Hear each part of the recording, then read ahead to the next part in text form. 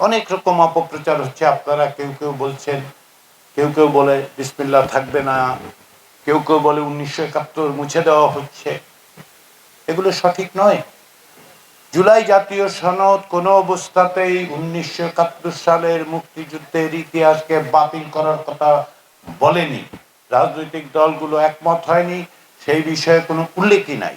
একইভাবে বিসমিল্লাহ বাদ দেওয়ার ব্যাপারে জুলাই জাতীয় সনদে কোনো রকম উল্লেখ নাই। গণভোটে সেই প্রশ্ন করা হয় নাই। যারা বলছেন তারা হয় অনিচ্ছাকৃতভাবে ভুল বলছেন, ভুল বোঝার কারণে ভুল বলছেন, অথবা অন্য কোনো কারণে তারা ভুল বলছেন। আমি আশা করি যে তারা এই ভুলগুলো ভুল বুঝতে পারবেন, তাদের অবস্থান সঠিক করবেন, যদি না অন্য উদ্দেশ্য থাকে। ফলে এইসব মিথ্যা প্রচারণা এর বিভিন্ন রকম কারণ আছে, ভুল প্রচারণার কারণ আছে, সেগুলো আপনাদের মোকাবেলা করেই মানুষজনকে বোঝাতে হবে। আপনারা প্রশ্ন করেছেন যে আপনারা যদি ইমাম হিসাবে, খতিব হিসাবে আপনারা যদি মসজিদে খুতবার সময় অন্য সময় গণভোটে হ্যাঁ পক্ষে বলেন, গণভোটে প্রচার করেন, কেউ তার বিরোধিতা করতে পারে কিনা। বিরোধিতা যদি সুস্থিরভাবে কেউ আপনার সাথে যুক্তি তর্ক আলোচনায় যেতে চায়, অবশ্যই পারে। আমরা তো অনেক বিষয়ই একমত হব না, কিন্তু আপনাকে তার থেকে বিরত করতে পারে না।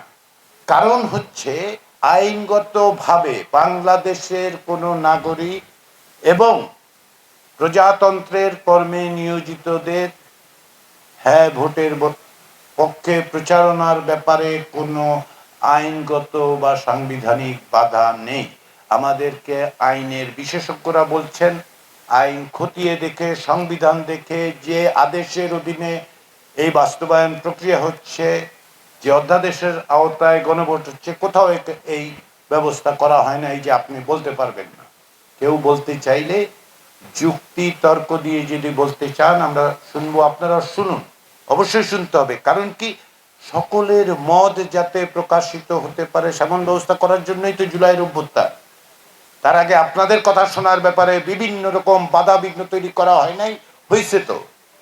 আমরা চাই সকলের মত, কিন্তু নিশ্চিত করতে হবে যে এটা যেন শান্তিপূর্ণভাবে, এর কোনো সহিংস বিষয় না, যেন আমরা নিশ্চিতভাবে কথা বলতে পারি, যুক্তি তর্কে, আলাপ আলোচনায় যৌক্তিকভাবে যদি কেউ বলার চেষ্টা করেন।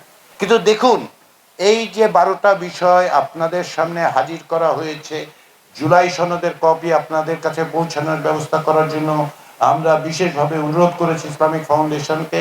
সেইখানে আপনি দেখবেন, আপনাকে কেউ যদি বলে যে অমুক জিনিসটা আছে, আপনারা খুঁজে দেখুন এটা আছে কিনা।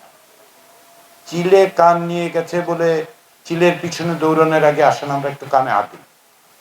কানে হাত দিলে দেখবো কান আছে, অতএব চিলের পিছনে দৌড়ানোর দরকার নাই।